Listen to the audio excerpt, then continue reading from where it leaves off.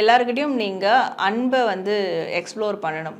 So அன்பே சிவம் அந்த மாதிரியான கான்செப்ட்லேயே எல்லார்ட்டையும் நீங்கள் வந்து பழகணும். அண்ட் நீங்கள் நிறைய விஷயங்கள், நிறைய இடங்கள் எக்ஸ்ப்ளோர் பண்ணணும். வாழ்க்கையில் நிறைய அனுபவங்களை நீங்கள் வந்து எக்ஸ்ப்ளோர் பண்ணணும். ஸோ இந்த அனுபவங்கள்லாம் தான் நீங்கள் அந்த இடத்துக்கு போகிறதுக்கு ஒரு தகுதியாக இருக்கும். அதையும் நீங்கள் வந்து ஃபாலோ பண்ணணும். ஏதாவது உங்களோட வேலை, தொழில் சார்ந்து நீங்கள் அடுத்த லெவலுக்கு போகணும், அதாவது எக்ஸ்ப்ளோர் பண்ண ஒரே சர்க்கிள்லே இருக்காமல் மேற்கொண்டு அதை வந்து நீங்கள் எடுத்துகிட்டு போகணும், வெளியே கொண்டு போகணும்.